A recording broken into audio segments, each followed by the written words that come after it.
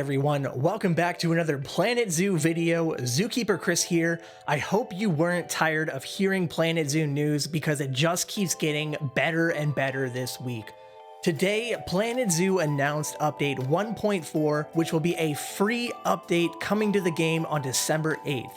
To start today's video, I'll read through all of the details on the update and then finish it off with my thoughts on some of these massive changes coming to the game.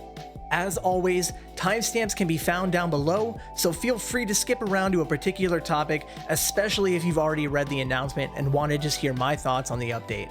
With all of that being said, let's jump straight into the news. Heyo Zookeepers! We're proud to reveal more of what we've been working on, free update 1.4 coming to Planet Zoo December 8th, 2020. This free update includes marvelous new additions as well as some community requested features. Thank you for sharing your suggestions with us. This post will explain the forthcoming update, what you can expect, and how it will affect your gameplay. And this looks like a photo of the water temperature regulator here. So, the water temperature regulator. With update 1.4, we'll be adding a new water temperature regulator facility that will allow you to customize the temperature of all water volumes within its range. This will help you have full control over the welfare of animals that like to spend a lot of time in the water, which will enable you to ensure your animals have maximum comfort in your care. Using the water temperature regulator information panel, the facility can be customized to suit the layout and requirements in your zoos, as you'll be able to adjust the regulator's effective range, adjust the target temperature all water volumes in range should be regulated to. There will also be a new heat map mode added to the water overview for the water temperature regulator that will show you the current range of each water temperature regulator in your zoo, the temperature each water temperature regulator is sent to, and the temperature of each volume of water in your zoo. Next up, we have a photo of the new underwater feeder. Underwater feeder. The underwater box feeder is a new feeding station and will be available as part of the free update. For now, the only animal that will use this in the game is saltwater crocodile, but we will be adding this to more animals in the future. When using this feeder, like any other food enrichment, its information panel will provide you with the details on its food capacity, usage by animals, and food suitability. Additionally, there will be a status bar that will tell you if the feeder has been placed deep enough. And next up, we have some new zoo management transportation ride screens. Update 1.4 will include a new management screen that will summarize all of the transport rides in the zoo. This screen will enable you to make faster and more accurate decisions about your transport rides to better manage your zoo. The new overview tab will inform you on the number of different rides, the most popular ride in your zoo, the most popular station in your zoo, the total annual profit for all rides, the number of guests that have used the rides in the current year, and the lifetime profit from the rides. The stats tab will break down each individual ride into more detailed information for you by showing you annual profit, annual guests, total track length, what stations guests are using, each station's scenery rating. The management tab will allow you to edit the number of trains only while the ride is closed, the number of cars per train only while the ride is closed, maximum speed, ticket price per station, the status of the ride overall and per station. Challenge scenario. We're excited to travel to the Philippines with you for a new time scenario set in the mountains of Luzon. I'm probably saying that wrong. Take on an adventure and transform disused rice terraces while pushing conservational awareness. Make sure you have it ready in time for the grand opening ceremonies. And then next up, we have Animal Talks, which we talked about a ton last week. Be sure to check that video out if you haven't done so already. I'll put a link in the description down below, and there should be a pop-up in the top right about now. Added creativity. We can't wait to see what you do with the new free scenery assets.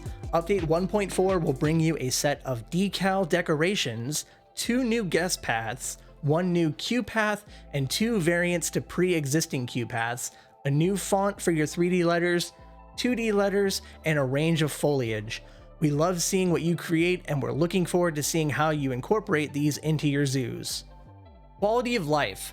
Thanks to your suggestions and feedback, we've added in a new feature, multi-select for franchise mode animal storage. Something that has been requested for a long time now, we're proud to bring you the multi-select tool to franchise mode animal storage. This will make it easier for you to manage your animals, especially for when breeding gets out of hand quickly. Update 1.4 will arrive with gameplay tweaks and bug fixes that we've worked on with your feedback and suggestions in mind. You'll get the full list of the update notes when update 1.4 goes live on the 8th of December.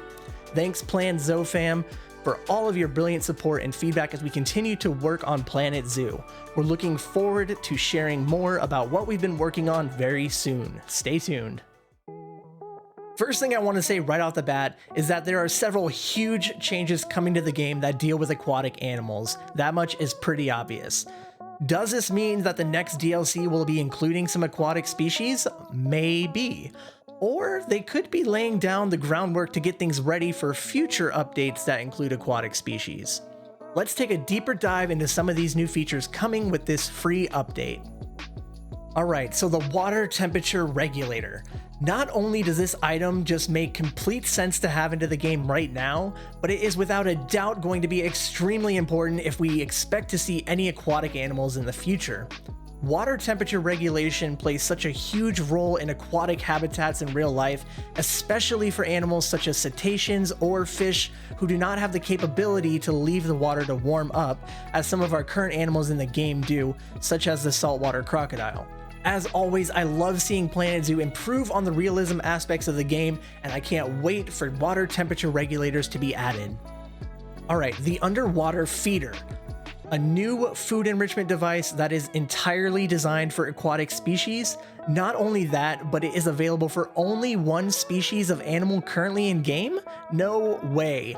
I really expect to see them add some other animals with the new DLC that will be utilizing this underwater feeder as well. Whether it's penguins, sea lions, cetaceans, whatever. I highly doubt that they would design something as cool as this to only be used by one animal at launch. I do think it is fantastic that it is being included with the free update and that there is a base game animal that can utilize this. I expect to see more base game animals being added to this list in the future, and I cannot wait to see how this feeder looks in game and how the animals interact with it. Zoo management transport rides. So these are some really great quality of life features here. Some of my most viewed videos on the channel are ones that cover transport ride setup. Many people have issues with their transport rides and analyzing their performance. This will be a great addition to the game that will put a lot of very useful information in one convenient place. The new challenge scenario. Honestly, I haven't touched the challenge mode since the launch of the game. Does that make me crazy? Is there a game mode that you haven't touched at all? Please let me know in the comment section down below that I am not alone. Either way, I know that the Philippines are beautiful, and I bet the scenario map will be just as gorgeous. Added creativity. So this is such a small section here with such a big impact for everyone. Brand new guest paths, new variants to pre-existing guest paths, a new queue path, and new foliage. The best part about all of this, it's free and everyone will have access to it. Personally, I am in love with landscaping my zoos, and I can't wait to see what new foliage will be added with this update. And last but certainly not least, multi-select is finally coming to franchise mode animal storage. I love the franchise mode, but honestly, one of the biggest pains about this game mode is how long it can take to select animals and get around in the menus. This is going to have such a huge impact for franchise zoo players, and I am so excited for this addition. That pretty much covers up everything in today's huge announcement for Planet Zoo. I think that there is now only one thing left, and that has to be an official DLC announcement. What do you all think will be in the next DLC? Last video, I was thinking it may be avian species, but now I'm really leaning towards aquatic animals.